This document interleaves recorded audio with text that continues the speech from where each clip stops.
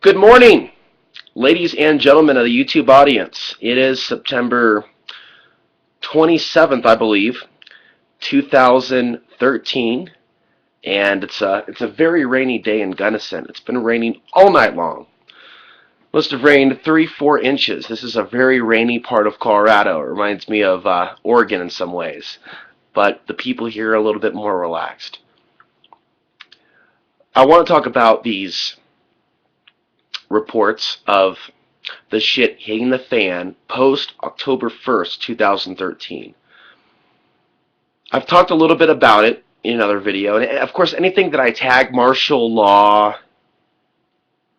or anything like that always has more views than any video I do talking about God or consciousness. Those have the lowest views by far. Which is okay, because you can't be a slave. You can't be a slave to your own fear, concern, or worry about what other people think about you. That is the greatest prison that a person can live in. So I don't do these videos to be popular. I do these videos to say the unpopular. I go against the Vox Populi. Actually, the first original name for my show before it was Outside the Box, I didn't actually go with it. But it was Exit Vox Populi. Exit the popular opinion. Don't enter it. And there's a popular opinion in reference to all this stuff dealing with Russia and Russian troops. And it's the it's going to happen tomorrow mentality. And there are some things that I'm greatly concerned about, and I think you need to know what my concerns are. And I think that I would like to request, before I get into the subject matter this morning, I would like to request that as soon as you're done watching this video, that you send this video to somebody else posting bullshit on their Facebook page. You post this video on their page. Because there is nobody out there that's more concerned or has shown more concern over the years about what's being planned for this country, foreign occupation of this country, the use of Chinese and Russian troops. But I don't just take fabricated information on the internet to back my case up. That muddies the waters, that causes burnout, and that's how you lose credibility. And I'm someone that's been researching this stuff for 8 or 9 years now. I understand there are people that are just now figuring out that something's wrong, because a couple of years ago they started to realize that the country's going broke, that they're going broke. They're having to move out of their home. They have to move into a trailer. They have to go off the grid because they're going broke, not because they've known about this stuff for years in their hearts. There are people just now waking up that are vulnerable like children. And they see reports on beforeitsnews.com or whatdoesitmean.com or the eutimes.com. They don't know how to source anything because they're not actually journalists. And we do live in a day and age where you do not have to be a journalist to publish anything on the internet. All you have to do is be compelling. Take a couple things that are real, string them together, and then project out what you want people to believe. What do they want us to believe, and who are they? We'll get into who are they in a bit. But they want you to believe, and they want you to post, and they want you to think that it is any minute now, that there isn't a particular point in time that they've already designated for the invasion of the United States. And I believe they have designated a time, and it's after 2020. It doesn't mean there's not going to be drills between now and then. They've been training foreign troops in this country since before 9/11. A lot of people know about the drills they were doing in the late 1990s. So, the man that calls himself the tip of the spear, he's not the first one to talk about such things. Before he was around, people were discussing these things. He just became popular in doing so. You know, in the last decade, he's focused a lot of the attention on TSA as being the occupying army. He has not given enough attention to other governments and their corruptions, and he's played into the good cop, bad cop dichotomy. Perhaps in the future, I will do a video or a series of videos dedicated on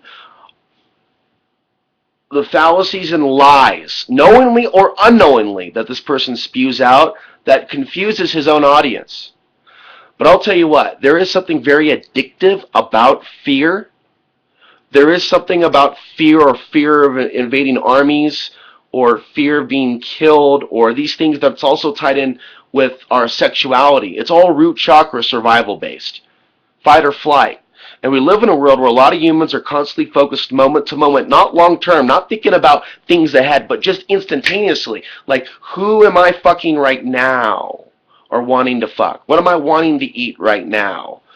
I need to go to the bathroom right now. What's going to be happening right now? What's the easy solution? That also fits into the shallow animal human way of looking at things. That doesn't see where we came from and where we're going and the parallel dimensions in the soul's journey in this spiritual biological matrix. They want solutions right now to problems that took a long time to come to fruition. So they're not on the path to looking for a real solution because they want some instantaneous copy type of, peppy type of response to all this shit. It's not that easy. It's also not that easy to look at a few drills that are taking place this month that are huge. I mean, every year they get bigger, but people don't seem to be interpreting what these drills are about, what their intentions are. They think that they're just going to be ploys for false flags or invasions that month because there's a drill, because there's troops involved. Well, the reality is, when it comes to false flag events, when we have those types of things happen, the drills aren't made public before it happens. They very rarely are, if they are at all. And I've heard a lot of commentators agree with me on this particular point. But there's a lot of other drills that are brought out in the open that they want the public to know about, to participate in, to get you used to the drills, and get you used to some other authority coming into your jurisdiction and basically dictating the response or the security, whatever that may entail. And it starts small. It starts with, what I saw in Portland, Oregon. Homeland Security comes in and tells the city of Portland, we're going to respond to this disaster caused by Al-Qaeda. One of their agents is going to go blow up a bridge. For example, in that case in 2007, the Steel Bridge. A member of Al-Qaeda blows up the Steel Bridge or releases a dirty bomb. Homeland Security comes in. They embed themselves directly into the emergency response headquarters, the inner cell, the inner nuclei. And so from that point of observation for them, they can see all. They have the data. Who lives here? Who lives there? What information can we gather here? And of course, they have the helicopters flying throughout the city. Not just for that drill, but just on a regular basis. You got drones, you got vans, vehicles, driving up and down the streets, just collecting information. What kind of devices do they have in some of those vehicles? And why are they driving in areas where there's like no crime, but a lot of hippies, a lot of anti-war people, a lot of radicals? Why are they driving around those areas? That's exactly what's happening in Portland, Oregon. Please excuse the sound from the refrigerator. I want to complete my thought. Why is this information, polluted information, being released and passed around on beforeitsnews.com, whatdoesitmean.com, eutimes.com, and other associates of those websites in a network to convince people to cry wolf, to reach burnout, to almost become mentally ill? I see people out there, I'm very disappointed, that haven't taken my warning seriously. I interviewed a guy in 2007. This video will become historic. I guarantee it if some of these events come to fruition in time. But right now, no one's interested. This guy had a dream when he was 10 years old of China and Russia invading the United States. And it appeared at a point in time, he didn't have a date, he just saw events happening in a sequence. As many remote viewers will see data in their mind's eye about an environment, they will see certain details, they will see things happening on a timeline. But they're not like, ooh, it's going to be 2025 because we could see it. There's patterns in all of this. In what they see and what they claim, they see patterns. This man, like a lot of other people, he's seen a period of earth-changing events before this world war. Now, a lot of people are speculating on World War III, what's going to happen, what's going to go down, and they're just now figuring it out. While we were looking at this stuff, some of us 6-7 years ago, there's China and Russia over here, and there's NATO and the West over here. And they are doing everything that we can see in their power to create a clash of titans. Meanwhile, the secret societies behind these governments are all interlinked around the planet. Now, my passion is alternative media, and if I had my way, if I had $1 million, I'd set up a studio and hire some of you guys to come work with me, and we would just distribute information, counter propaganda about how all these networks are tied together. You know, not sit there and mentally masturbate about Bilderberg and CFR and child sacrifice. It doesn't mean that stuff's not real. It means that stuff's been given coverage for years. But you just can't stay on one part of the spider web of the conspiracy. You have to look back at the larger picture. And it is true that there are agents in various forms of other governments that are in this country. They're in this government. China is one of the biggest lobbyists of Congress, but you constantly hear the focus on Israel. Israel, Israel, Israel, Israel. It doesn't mean that Israel does not have a part to play in all of this. But it doesn't mean that China does not. You can find an Israeli-Chinese connection and Zionists behind the CCP. I think you should discuss that. Tex Mars will discuss that. If you're going to talk about Israel and Jesuits and the Vatican, you've got to include what's going on in the East and how they're using the East, even if within your own world view that they run everything and they're all-knowing and everywhere. The Vatican assassins, shape-shifting ninjas of the world. Then you've got to take into account how they've infiltrated the whole operation. You cannot just say it's these groups against these groups, and maybe Putin and China will be heroic figures to take on the devil that you believe to only be in Israel, only believe in the Vatican, that the Vatican is a source of evil, only believe that Antichrist Obama is the one pulling the strings. The world doesn't work that way, but I'll tell you what, through the disinformation that I see that is raging like a bull on the internet today, without a doubt, disinformation agents that are beyond the United States, beyond Russia, beyond China. We're talking about double, triple agents. And certain people that are suspected of working for the bad guys that are in the alternative media today, some of them may be double, triple agents.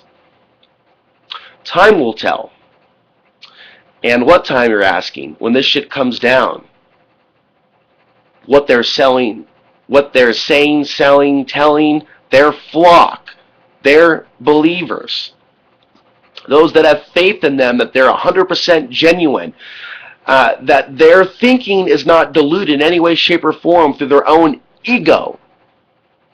There's a lot of confusion taking place right now, a lot of fear, and it's like sexuality and violence, fear of violence, it's all tied together in the root chakra, and there aren't enough people that are feeling with their heart, that are actually seeing some of these events on the timeline for themselves in their crown chakra or their sixth chakra. They're just staying in survival mode, root chakra, and they're taking in information from other people, and they haven't actually done the research themselves, so they're being easily led. So the reason why they are targeting these susceptible minds with this propaganda that's going to happen this October, there's a specific reason for that. And I'll get more into it in part 2. But there's a reason for it. There's a method of the madness. This isn't just accidentally happening. There aren't just like accidentally a bunch of websites around the internet claiming that they have facts. There's 365 or 385,000 troops ready to go. It's like a merger of different armies, different troops. They talk about DHS. They talk about the Russians, missing nukes, missing Russians, missing Polish. In fact, there was one, I was making a joke. Lightly, on this YouTube channel in an earlier video.